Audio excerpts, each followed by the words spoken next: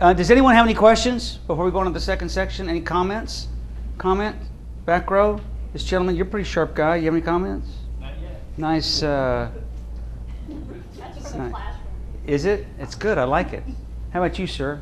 Doing good. You seem to be a very intelligent man as well. No? People have a tough time with that. Yes, sir. I wonder why you flipped over me. You were next. Now I'll ask you. How are you doing? Do I look sharp? Yes. Well, listen, man. Come on. It's not even fair with you because you got the uniform on. So that's kind of a given. Carrying a gun. Carrying a gun? I was just wondering. Of course you look sharp. I want you to feel comfortable. I'm totally comfortable with you, man. I like the fact that you're on the front row. You drove the first. Okay, so here we go. Page number 7, please. 4 types of presentations. And I want you to just jot a couple notes down here on this page, if you could. The 4 types of presentations, the script, and that is where you read the presentation. Where do you see presentations read? Now, I know sometimes you do in Hunter Ed, but that's not really what I'm talking about.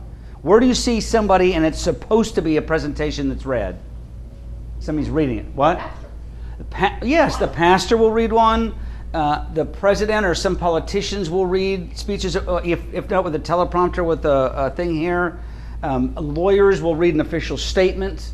Doctors will read a statement from the hospital. It's supposed to be read. These aren't supposed to be read.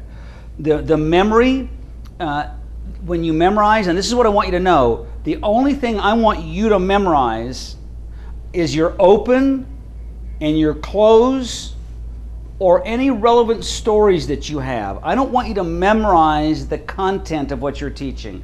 Now, does that surprise you? Do you know why I'm saying that? Why not? I mean, why not memorize it, Dave? Why not? Monotonous. It's monotonous? Why not? Because you have a big smile on your face. I was going to say it becomes monotonous. You're not excited about the subject. It sounds too...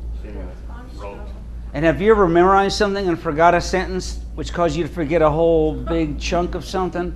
Look, I just want, and I'll show you how to do all this, but I just want you to know stuff and then sort of have a guide for yourself along the way. Impromptu, now I'm not going to cover that in detail because there's a section at the back of this workbook on that. That's when you get called to speak just off the cuff. Have you ever been in a meeting and somebody called for a comment and you're supposed to sound intelligent and you weren't even paying attention? So how do you sound intelligent? I've got a formula for you in the back, but the one we're talking about today is extemporaneous. This is when you are making a presentation with limited or no notes. That's what that means. I do want you to have some notes when you speak. Now, you may have spoken so much that you don't think you need notes, but if you notice, as many times as I have taught this, I still use some notes to guide myself to make sure we're on the same page and I'm not forgetting anything. And if you look very briefly, the following pages, this is what we're going to talk about. Over on page number 8, the 9 simple steps to solve the presentation puzzle. Check this out. This is how somebody will take your Hunter Ed manual and turn it into a presentation. This is how they're going to do it. You have to know your purpose for why you're there. You create the close first. Isn't that interesting? Why first? Why do you create the close first? What? It's a summary. It shows everything that's going to be there. He said when to quit. What'd you say? It's a summary. It shows everything that you're going to be going over. They're going to remember the close more so than anything else. Yes. I want you to do an exercise for me on that piece of paper. You have some room. I want you to draw a picture, either on page 8 or page 7, either one. I want you to draw a picture for me.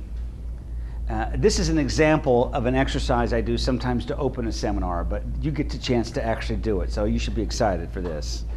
I want you to draw a picture. I'm going to give you instructions. You are getting excited, I can tell. You want me to draw? Yeah. I want you to draw, listen, I'm going to give you instructions. I want you to draw whatever you think I mean. You interpret it yourself. I'm not going to answer any questions at all. You're just going to have to figure it out on your own. And if you're not a morning or afternoon person, you're just going to have to look over on the person next to you because I'm not helping. Now, if you want to, I will give you one hint. Make it a little bigger than smaller because people tend to make this thing too small. First thing I want you to draw is a straight line. And on the right side of that line, I want you to draw something that looks like a banana. No, I'm sorry. Something that looks like a triangle. On the right side of the line, something that looks like a triangle. And inside the triangle, make a small eye. And I know what some of you are thinking right now. What kind of eye is he talking about? Underneath that triangle, I want you to draw something that looks like a banana. Underneath the triangle, draw something that looks like a banana. And inside the banana, I want you to write the word sale.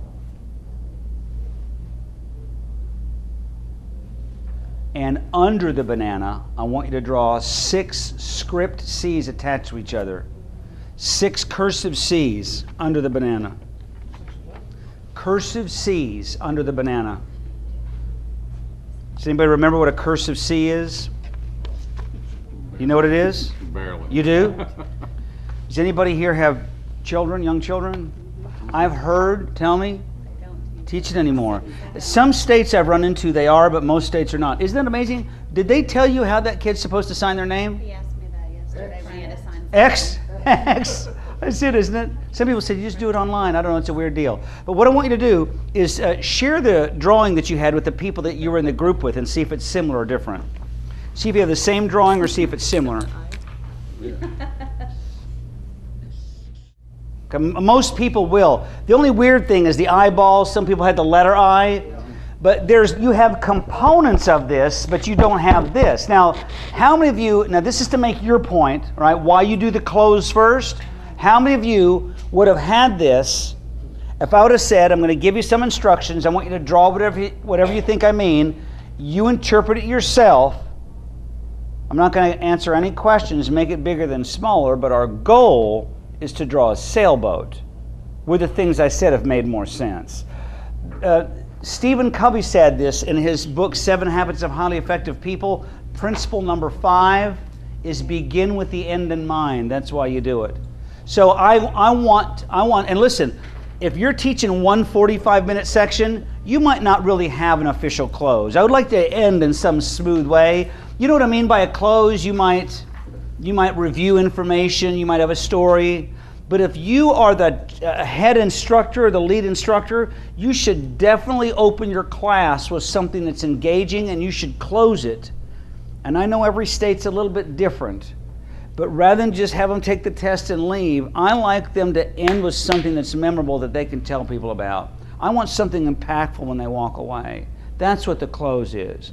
You design the opening next, you outline the body. We'll talk about that. And I like the fact you use the manual, but I do like you to make your outline on a separate sheet of paper. Those are your own notes.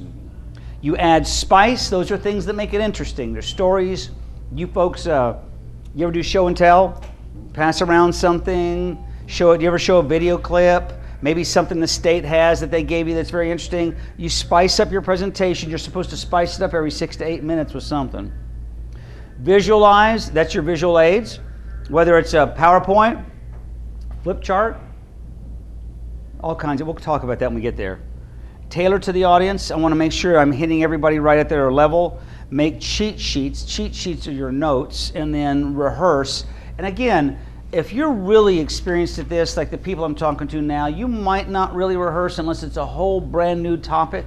But when you have less experienced people or people that, what if you have an instructor that only teaches once a year? Should they rehearse that before they go teach it? Don't you think? Or two times a year, even 3 times a year. I mean, even if I teach 4 or 5 times a year, I should probably do something of my own at my house and practice this a little bit. And that's what's going to make everybody good. So let's go ahead to number 1. I got some blanks for you to fill in here. Number 1 is know your purpose. Right? Page 8, what is my commitment to the audience? And this is what I want you to write down there. I am here to inform, inspire, demonstrate, and persuade. Now, actually, I've taught this before where I ask people, what kind of presentation is this? Is this inspirational today? Am I informing you today? Am I persuading today? Am I demonstrating today? Which one is this? Today. What is this? All the above. What? It's really all of them, isn't it? That was a trick question. You're right. You're right. But it's really all of them. In a Hunter Ed class, I believe you do all of them too. Because you demonstrate, don't you? Or you have them demonstrate, but don't you persuade them to what? Listen and learn. Well, and listen, learn, and understand, and use what you're teaching them. That's what it really is, right? It's the whole thing. It's the whole package. When it's over, what do I want the audience to think, say, do, feel differently? What do I want them to think, say, do, or feel differently? I want to move these people to use something. Have you folks ever heard this one thing? I know you have. You guys have been around. The definition of insanity. Ever heard it? Can you tell me what it is off the top of your head, or is that not fair? Yes. You can give me an idea? Was it Franklin that said Benjamin Franklin? Benjamin Franklin is the first guy that said it. Thank you. Doing the same thing over and over again, expecting a different Doing the result. same thing day in and day out, but expecting different results. And listen, I'm a big one on this for folks. In our changing times, I don't care how good you are, and I'm going to give you a little tip just on the side from this class. I don't care how good you are at what you do. If you're the same person a year from now that you are today, you're behind in the world that we're in right now. Do you know that? That's how fast things are changing. That's what I would tell a Hunter Ed instructor. I did about 12 years ago, I recorded a 4-hour time management CD. Now, I've already established the fact that I don't like to listen to myself. Agreed? I'm not a big fan of that. But about a month ago, I pulled it out. I found a copy. I didn't know I had any more. And I listened to it while I was driving on a long trip. And it was really good. It was good. But I don't say most of the stuff on that tape anymore. I still teach time management. Why do you think I not say the stuff that I used to say? What do you think the cause is for that? What? New stuff comes out and you learn new things and it pushes old stuff out.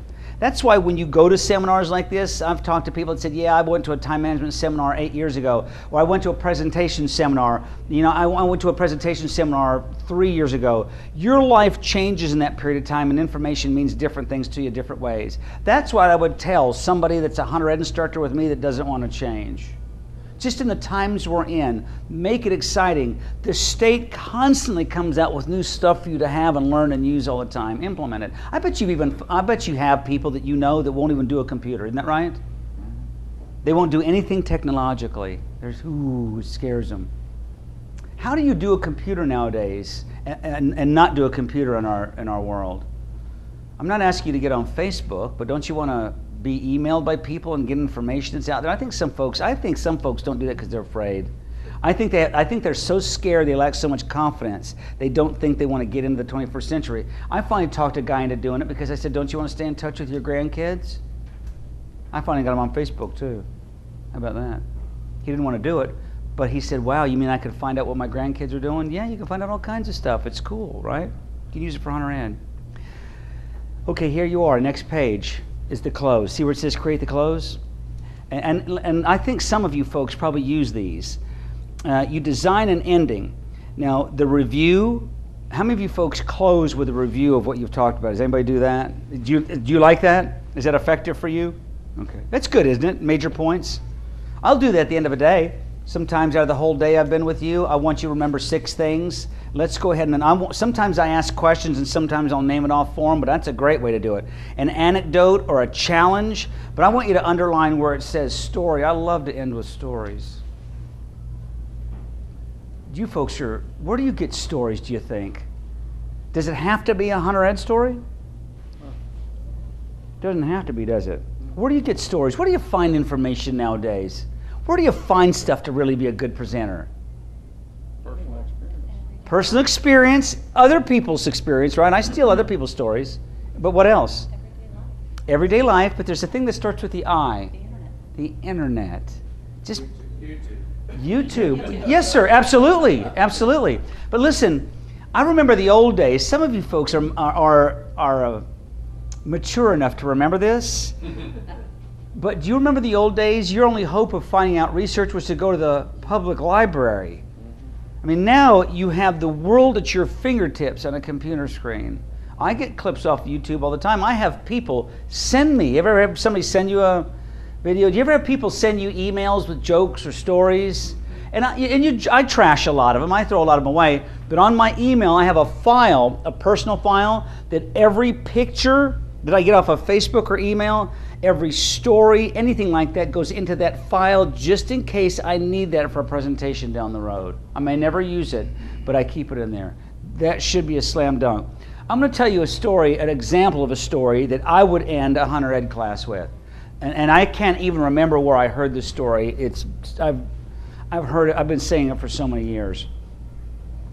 It's about a village in Europe that had a wise man living in the village. And the wise man was responsible for giving advice to the villagers. And the guy was amazing. He was never wrong. He was always right.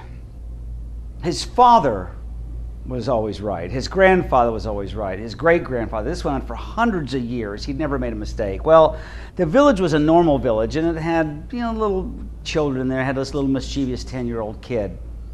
And he was going to try to trick this guy into a wrong answer by using a baby bird that he had found. He found a bird that fell out of a tree, and it was still alive. He was going to ask the wise man, is the bird dead or is it alive? And if the wise man said the bird is dead, he'd show him the bird was still alive. If the wise man said the bird is alive, he was going to crush that bird in his hand and kill it and show him a dead bird. There's no way the guy could get it right. So when he went to the top of the mountain, he stood in front of the wise man. He was really nervous, and he looked at the wise man and said, what do I have in my hands? And the wise man didn't even hesitate. He said, well, you've got a bird in your hands. And the kid said, yes. He said, I do. That's very good. He said, but tell me, wise man, is the bird I have dead or is it alive? And the wise man looked at that boy and said, well, the answer to that, my son, is in your hands. I've ended a presentation on that before. I said, thank you for your time. I mean, you could end a Hunter Ed class like that, can't you, folks? You could learn it all day, but if you don't go out and use this stuff, I can't do it for you. Listen, enjoy yourself. Go out and experience nature. But when their parents pick them up, they're going to say, "Would you learn?" They're going to tell them parts of that story. They're going to be so excited about what they heard. The close is so impactful, and you can make sure they know something. And every state differs on how many questions they have and how many have to get right. And how many folks here, has anybody ever given answers away before just for the fun of it sometimes? You ever give an answer away sometimes? It's good, it's a little motivator sometimes, right? Not a lot. But there's things that you can do to really get people excited about this. The close is great. So you get that all planned out, you know where you want them to go. Now, if you're teaching one 35-minute section on black powder, I don't know that you're going to have an official close. You might review the main points that you're talking about, right, or something like that, but plan it out. Have you ever seen somebody finish their presentation like this? Well, I want to talk about this, and I want to talk about that, and does anybody have any questions? I think that's all I have. Does anybody have any? Okay, I guess that's it. Suppose we should take a break? Do you think? Have you ever had one of these wet handshake closes before? For heaven's sakes, close the thing. Listen, folks, I want to give you the 3 things that we talked about today, and when we're done with these, I want to introduce Jerry over here. Jerry, we're going to take a break first, but Jerry is going to be your instructor when we come back, and I want to give you a little background on him. But it's like energetic, it's smooth, there's a transition that goes from one thing to another. That way when they get up, you don't even need to introduce yourself. I've already introduced you when you come up there. I'll tell you a little bit about your background, how long we've taught together, how exciting you are, how handsome you are. Yes, that's me. Yes, I know. Number 3, design the opening. You know the sailboat that we did? Is that an opening? I've done that in seminars before. I've had them do the sailboat, and number 1, it's an icebreaker, because when you share your picture, you meet people. I said, share your picture with the people sitting around you and introduce yourself to somebody, because you're going to work in groups. You work in groups some, right? You're going to work in some groups. I've done that before. How about a joke? Tell a joke? Is that good to tell a joke? Start a joke? What do you think, Angela? Start a joke or not? We can't talk politics. Well, you don't need to talk politics. Here's 3 things. Here's 3 things about an open I want you to write down on top of this page. Number 1 is it introduces the speaker. The open is introducing the speaker is part of your open. When I do a seminar for a whole day, my open's about 5 or 6, maybe 7 minutes. So if you're going to open with a Hunter Ed class for a 2 or 3 day class, it's maybe 10 hours or 8 hours or 12 hours, you're probably going to take a 5 or 10 minute open. You introduce the speakers, isn't that right? Or you introduce the next speaker. That's the first thing. The second thing is called a pre-call. A pre-call is when you tell people how the days are going to go. Does anybody do that? Day 1 we do this, day 2 we do this, day 3 we do this, we're going to take a break in about the next hour. It's called a pre-call. It's telling people what's going to come next. The reason why you do that is because you don't want them to mind wander and when the breaks are going to be and what's going to happen. You are telling them what's going to happen along the way. And then number 3, the open is to create a safe environment for the people so they don't feel threatened. Do you talk about cell phones? Is that part of it? Off or vibrate? Off? Off? Vibrate? You know what? It's personal. I'm not saying it's wrong. I don't fight the off thing anymore. Just don't play with your phone when I'm talking. You know, it's hard enough to get my point across. But if you can't go an hour, how often do you get a break? About every hour, every 50 minutes, something like that? If you can't go 50 minutes without looking at your phone, you got some deeper issues than hunting safety. I usually try to embarrass them into putting their phones down. I use the term, put your cell phone on tickle. Yeah, okay, that's good. Now, this one guy, if you talk on your phone, he picks everybody's phone up in the box. What do you think about that? Makes them put it in the box. You know what? That's a call you could make. I don't want to have to do things in a tough fashion with a class. You understand that? I don't want to have to strong arm people. You know, I'm trying to get a respect thing going here. Isn't that right? I'll look at it. We're volunteers. We're all here for you folks. All you got to do is, if you don't want to be here, then maybe talk to your parents and don't come. Right? Nobody's forced you to. Well, maybe some of you are forced to be here. But I don't want to get on people about it. I don't want to be real tough about it. Just put it on silent. If you need to answer a phone call because there's a family emergency, you just come tell me, and then answer but leave to answer the phone. But I've had people say I need to leave my phone on. My daughter's sick. Well, I'm fine with that. I'm not a complete ogre. I'm good with it. But communicate, right? But I've given up to the whole thing trying to stop the stuff. Just don't do it. I'm going to give you breaks about every 45 or 50 minutes. You ought to be able to handle it in that period of time. Now, what about this? There's 3 things underneath that what about phrase. What about if the person before you says your material? What do you do about that? Have you ever had anybody say most of your presentation before you speak? You're smiling. Has it happened to you? How did you handle that? Did you just repeat everything again? Was your presentation shorter? Was it just shorter, right? Did you say he used my stuff? Tell him everything he said was wrong. You're quite a card, man. Give him my understanding of the subject. Listen, that was. Tell me your name. Leonard. Hey, Leonard. Listen, that was great. Leonard had some really great points. I really appreciate it. But give Leonard another hand. That was really good stuff. Listen, but I'll tell you something. My presentation is just a little bit shorter, but I'm going to emphasize a couple things he said because I think he made some really good points there. I think are important enough to mention again. And I will mention a couple things that you said, but I'm not going to mention number 1 that I didn't know you were going to do that because that shows a lack of planning on the team, doesn't it? That's embarrassing that you didn't call the person before you and say, hey, make sure you don't talk about this stuff. So I don't want to embarrass him. I don't want to embarrass me. I don't want to embarrass my team. It just means my section is shorter. Isn't that right? I can bring up a couple things he said again because they're really good because people learn through redundancy, don't they? Do you ever do that? When it's really important? I learned this in seminars, repetition, redundancy. Do you remember on page number 4 what those 3 words were? Don't look. I'll say that about 3 more times before we're done today. The acronym, just so you'll know, and you'll dream about this tonight. PPR. PPR. PPR. Your wife's going to say, what are you doing? PPR. PPR. I want people to remember this, but redundancy is telling things over and over again so they get it. There's nothing wrong with it. If you have an important point you want to drive home. What do you think an overwhelming theme is in the Hunter Ed class? What's one? Safety, but can you give me something more specific than that? It's a very broad term. What's one thing or a phrase or an idea or a concept that you really want to drive across? Know what you're shooting and know what's behind it. Okay, know what you're shooting and know what's behind it. If that was my thing in a class, I would probably bring that up over the course of the days so that they're just zoned out on that. Isn't that right? I can get people to remember some things if I just beat it into their head in different ways. There's nothing wrong with that. What is it? Action open, safety. Okay, so that's your thing? But that's what you want them to mumble on that day when they go out of there. That's the way you do it. There's nothing to be ashamed of with that. What are my 3 words? PPR? What are they? That's good, though. That's good. What are they? Plan, prepare, Prepare, practice, and rehearse. Okay, second thing on that is, what about jokes? What do you feel about jokes? Now, I have a funny guy here that likes to tell jokes. What are your feelings about jokes? Is it okay to laugh in a Hunter Ed class? Are there funny things out there? Have you ever done funny things? Stupid things? Yeah, every day. Every day. Here's what I say about jokes. You don't have to have them. I would rather have you not remember jokes but have a sense of humor. But above all, and we talked about this just briefly, remember, everything's got to be clean. Everything's got to be clean. Anything that's even borderline, you just can't use it. I just think it's not a good thing in company with kids or even with adults. It's very unprofessional.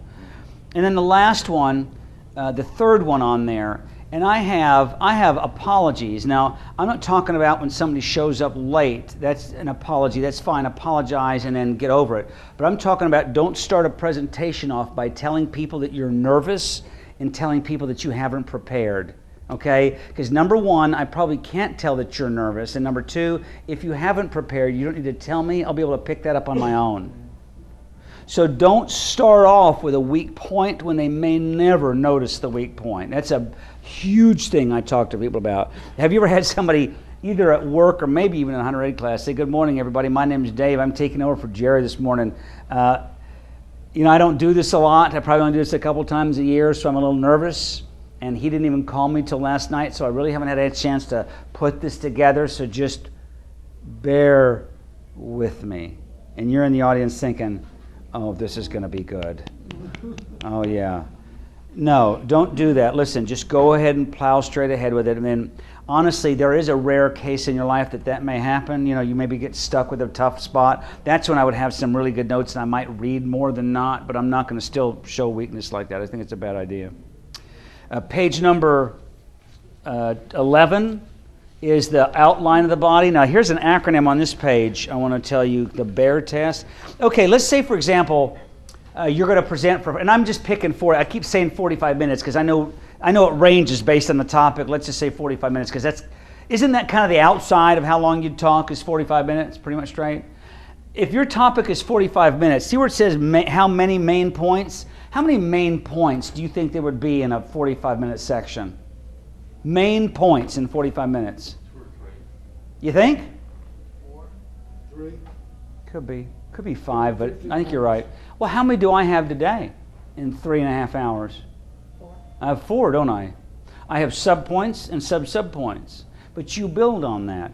My presentation, do you remember when I say do an outline, do you remember the old outline in school where you had the Roman numeral 1 and the A, then the little 1 and the smaller a? That's what I'm talking about. Not just bullet points, because bullet points are too hard to follow from a left brain standpoint. I want you to be able to see things really clearly, your outline, main points and then subpoints. I don't want you to have too many because it makes it hard to read, but I want you to have enough what I call trigger words down there that it can stimulate your mind to talk about stuff. And let me say this.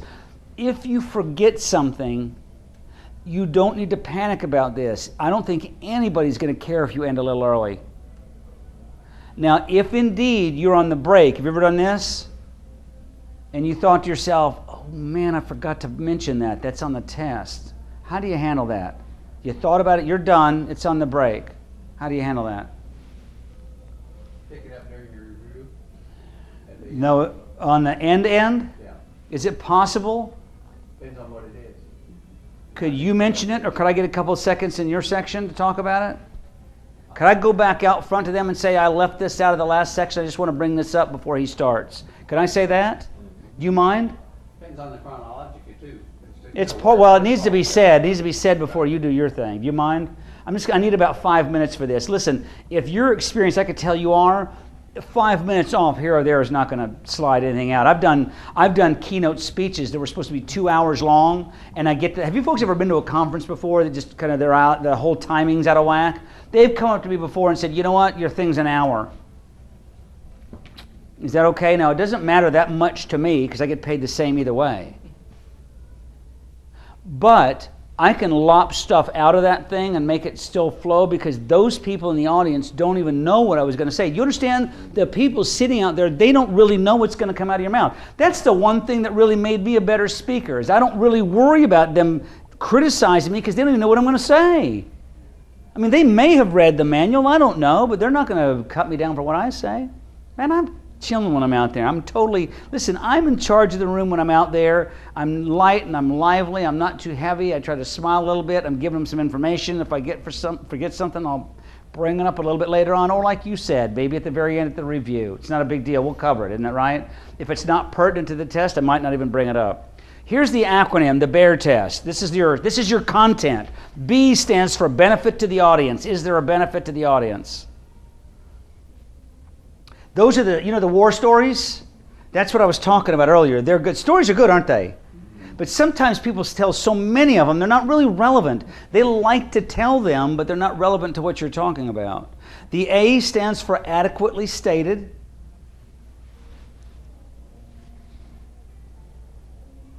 I stands for independent. They can stand alone.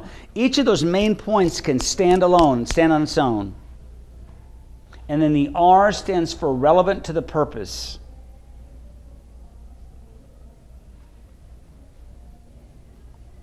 Subtopics, how many? Come on. How many do you think? You're thinking of something, I know you are. Subtopics, how many do you have? How many subtopics per topic? There's no wrong answer here. Yeah, you can have as many as you need, but 2, 3. You're gonna have subtopics and then topics under that, right? I mean, you need to have talking points out here so you know what you need to talk about. The structure, these are suggestions. You can do it any way you want. Chronological, in proper order. You can have a problem-solution way of telling the story. You could have the old way, the new way, or the feature and the benefit. And I'll be honest with you, those are definite ways, but I just want you to basically follow the manual. The manual's got that all figured out. All you're doing is not reading the manual, but you're picking out information from that manual that they need to know. Maybe it's some stuff on the test, some stuff not on the test, and you're throwing in your style and your knowledge and your experience to it to make it real, not just something out of a book. So you're teaching the manual, but you're spicing it up with your own stuff. They've already got the order down in the manual for you. The next one is about spice. Now, spice is, you can see in this workbook, don't get all flipped out when you see this. Money, love, fame, fear, opportunity, sex, health, and tragedy. Don't let those throw you off. Those are topics that get people's attention. Spice is something that brings people back into your presentation. Have you folks ever put the lights down to use a PowerPoint before? Do you know how long you're supposed to have the lights down at one time before you raise the lights back up again? 10 minutes. How about that? I know some people will put the lights down for 20 minutes, 15 minutes. You ever see your class attendees put their head down on the desk and start snoozing? I'm keeping this thing moving, man. I've got a story, and I put them in here. I've got a story, a joke, an example. I might have somebody come up to the front of the class and show them something. You know how I got you folks into a group? That's one of the best ways, I believe, to start a Hunter Ed class. The one way that I don't like instructors starting a Hunter Ed class is when they stand out front with how many people out there? 20, 30, 50, 70, and they ask the whole group questions. How many of you have done this? Who knows this? For the most part, when you ask a group questions, nobody is going to raise their hands first to answer. You might have you ever had that kid in your class that has the answer to every single question you ask? I'm trying to avoid that, and I'm trying to avoid dead silence. So what I like to do in a Hunter Ed class is I get them into groups of about 4 or 5 people. I have them appoint a note taker, and this is kind of fun, is I get them into a group and I have everybody, I said, put your right hand in the air, and they have a tough time doing that. They have to look at somebody else first. It's funny. I said, no, wave your hand in a circle. And they wave it in a circle. And when I say go, point at the note taker. And all these fingers go in different directions, and they laugh. And they get to know each other. So you get a note taker. Now here's what I want you to do. And why do I give them only 2 or 3 minutes to do this? Yeah, I don't want to drag on too long. I want to stop when the energy's high. But what I want you folks to do at your tables is I want you to write down everything you think you know about Hunter education on that list. See how many things you can come up with. And then when you're done, we'll put them up on my board up here and see how close you are to this workbook. You know what's so cool about that is they're laughing, they're talking, they've met each other. If I do that in the sailboat too, that they've even introduced to each other, and they're so much more warm. And then when I take the first break, who do you think they're friends with? The people right at their table at their group. And then if you want to, have you ever had people switch different seats on the next day, sit with somebody else? That way, by the end of the class, they're meeting 15 or 20 new people, aren't they? It's fun, man. And when they go home, they'll tell their friends about it, that, man, you got to take this Hunter Ed class. I mean, the whole point is you can get this really excited. I don't want people to leave Hunter Ed and think, man, thank goodness that's over with. Whew, boy, that was brutal. I want them to say, man, I wish it could go on a little bit longer. It's you can do that.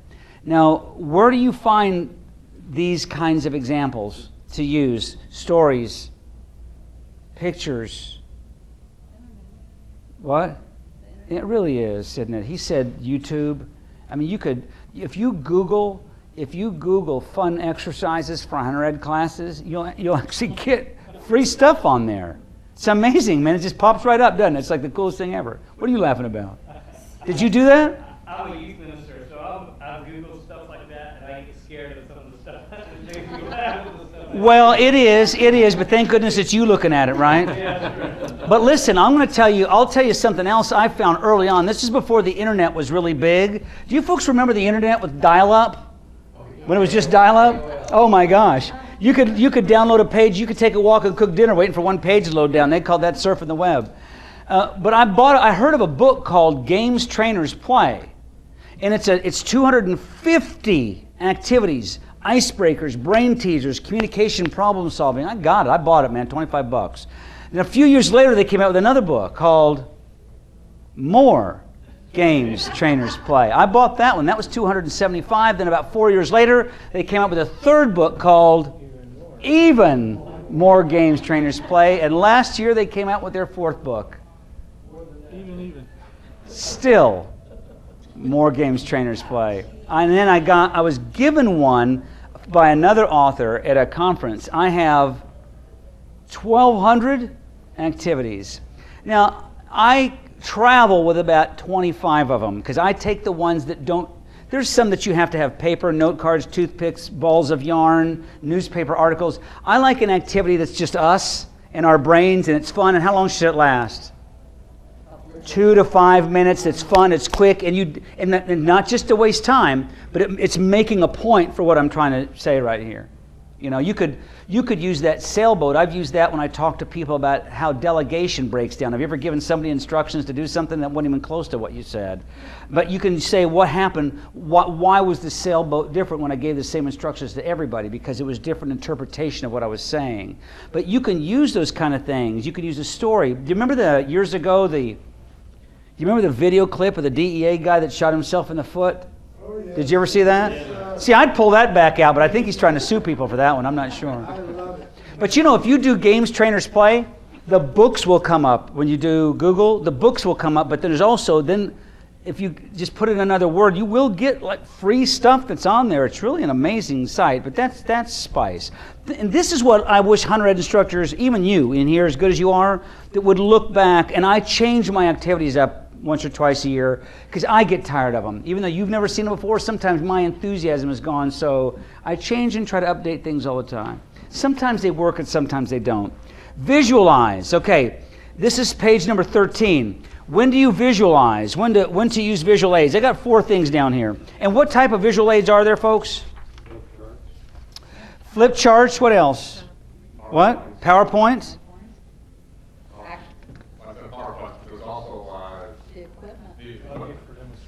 Oh, the equipment, the actual equipment itself. Yeah, sure. Do you guys have those orange firearm sets that they have? Do you have some of those? Those are expensive, though, aren't they?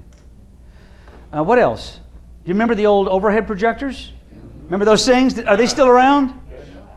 Those are kind of cool sometimes, aren't they? Those are good. Does anybody play DVDs? You ever do that a little bit? There's all kinds of stuff out there. So when do you use visual aids? Number 1, to enhance understanding. That's the biggest reason.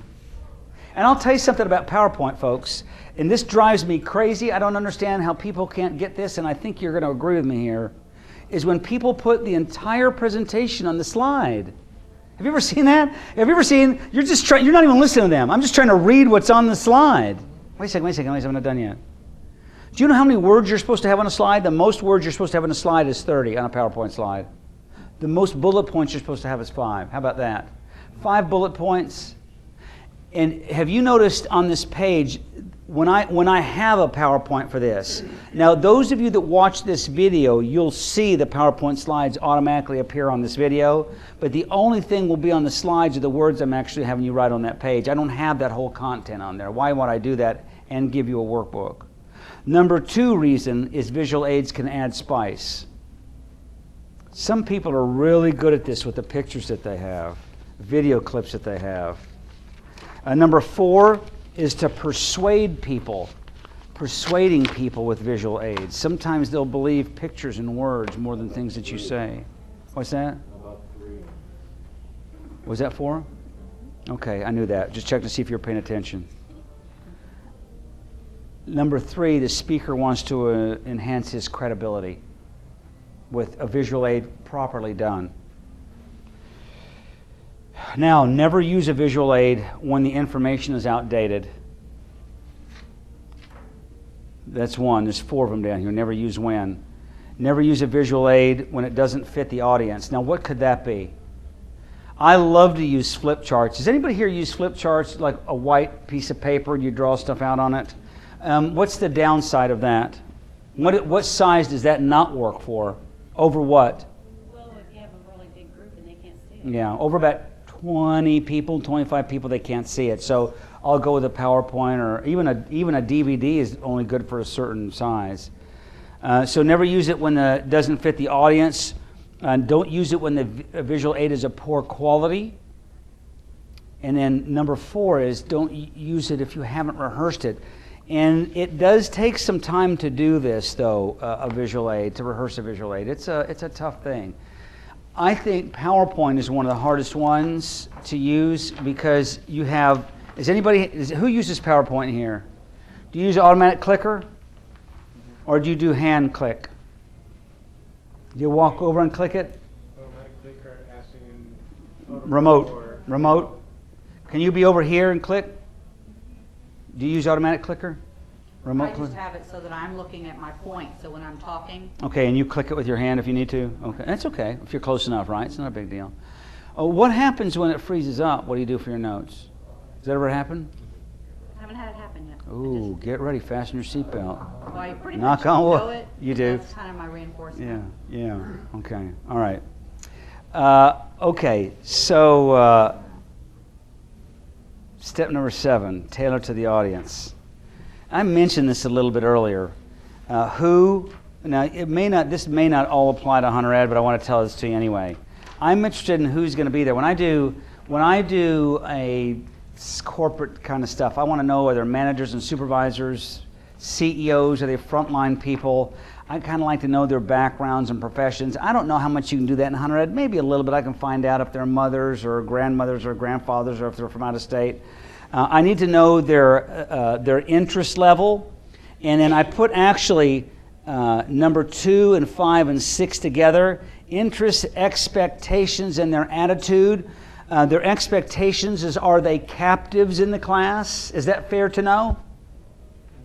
I don't need to know beforehand. I like to find out in the class. I'm confident enough I'll do it in the class. And their attitude, are they friendly? Are they hostile? Have you ever seen hostile people in a class before? Parents usually, or kids? Parents. They're there against their will, or they think you're trying to teach their kid the wrong thing? Yes? How about sex? Can I find out gender?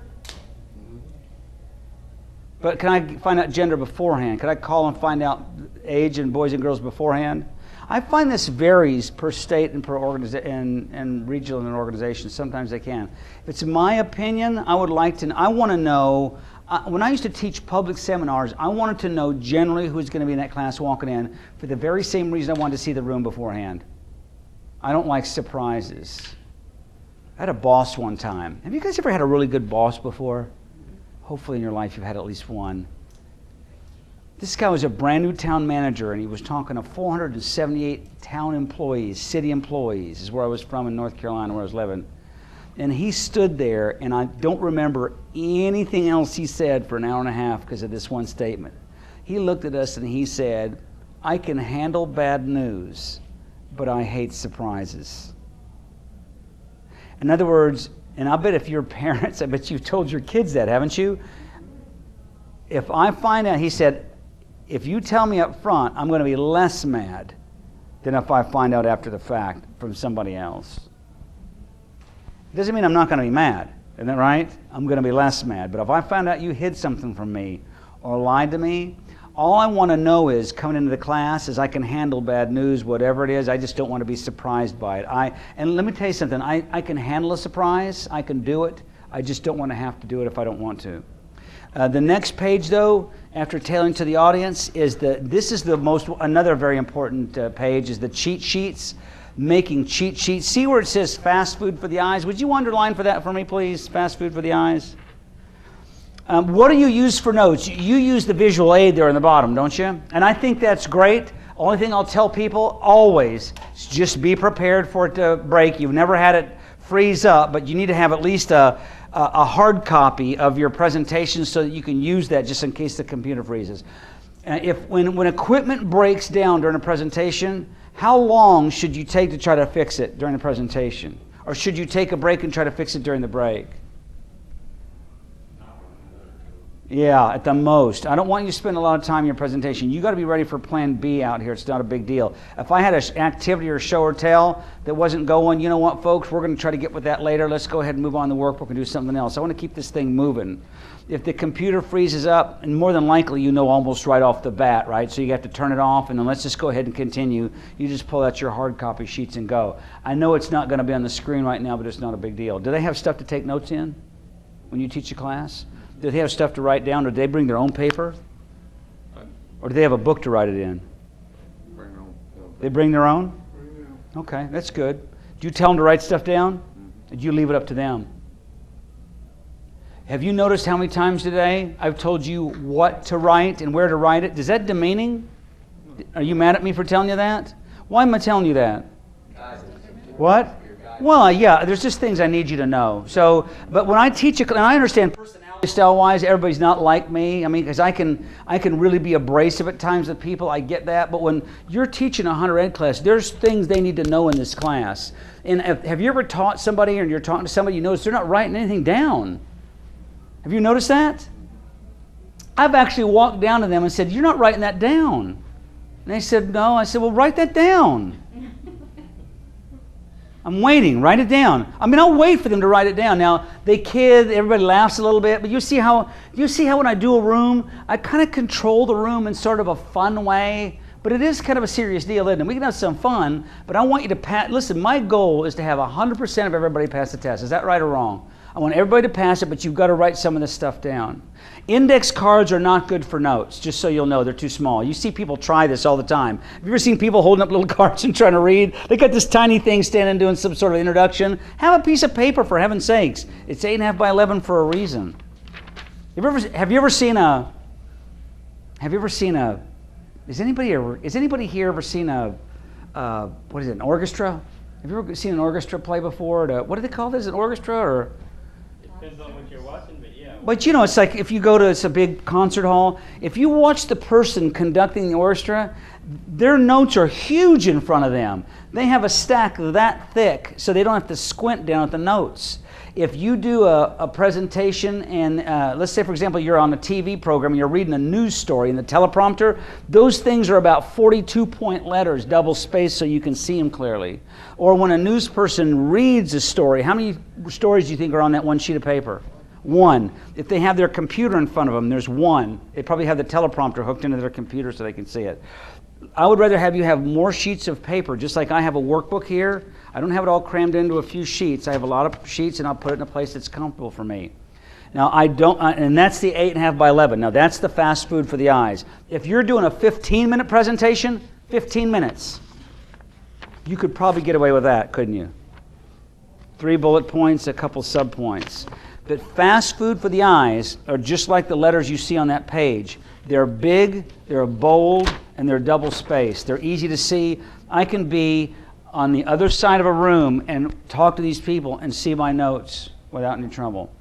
I don't like binders. If you're going to use a binder, don't do this, because it makes you look like you're in a choir. Not that there's anything wrong with that. You know what I'm talking about. It looks kind of odd and awkward. Just find a place to set it down, but your notes are big enough that you can actually be away from it and still see them, just like you are with your computer screen, right? You can move around and you comfortably can see that screen in front of you. Notes are key, though, I'm telling you. They're big. Not word for word, just trigger points. One advantage of binder that I feel like, though, is it keeps your material chronologically proper. If you just got a whole That's fine, but I don't want you holding it when you teach with it. I agree with that, but I'm saying... Well, look at me. I've got this here. Just put it down. Yeah. You can put it on a lectern, right? And by the way, everybody keeps calling those things podiums. That's a lectern. What's a foot doctor called? Podiatrist. A podium is something you stand on. A lectern is something you stand behind. The news people have it all wrong. Oh, no. Yeah. I detected a little sarcasm in your voice right there. I forgot where I was for just a second. Turn over to the next page, that's step number 9, page number 16. We're going to do this page, and then we'll take another break, and then we'll do sections 3 and 4 together. This is the rehearse page. This is the big one, isn't it? Here you are. Now listen, this is you coaching a brand new Hunter Ed instructor. This is the page for them. I want you to write down 5 things on this page to consider when you rehearse. Number 1 is the location. When you rehearse, try to rehearse in the location when you're going to speak, if you can. If you can't, it's not a big deal. It just makes everything better when you finally do your presentation. Time of the day, number 2. Try to rehearse the time of the day that you're going to present. So for whatever light that comes in, you feel normal about that. Not always possible, but these are in the best case scenario. Number 3 is stand when you rehearse. Always stand. Always stand and rehearse. You can say your stuff when you're driving your car, sitting down, but if you're really going to rehearse, I think you need to have that. You understand why I'm saying this. I want you to know how you're going to move. Are you going to move back and forth? Are you going to stand in one spot?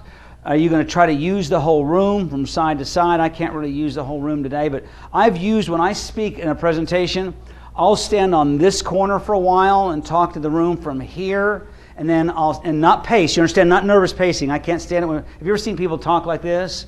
And then when they talk like this, they're back and forth. This drives me crazy. It's not good, because it just shows you're nervous.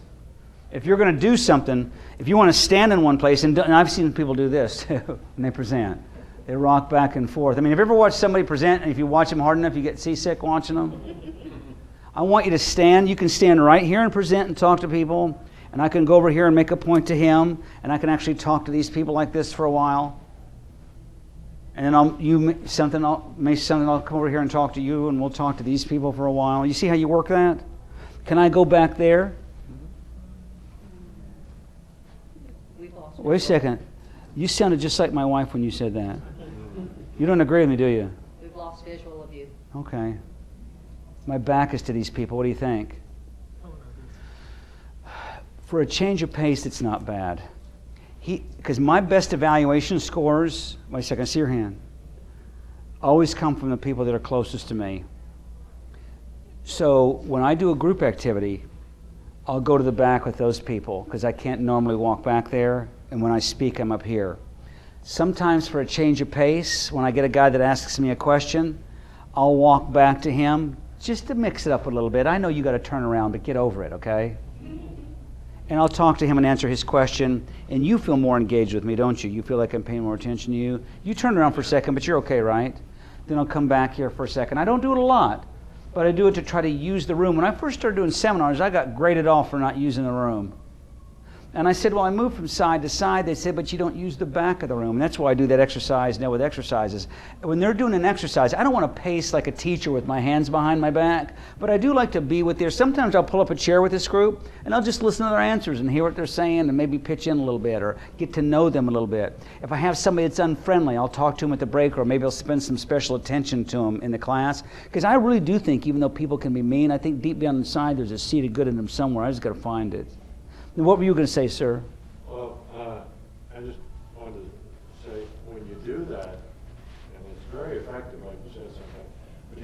careful that your voice maintains so that the people. Oh, absolutely. You're absolutely right about that. I listened to Pat Williams last week Uh-huh.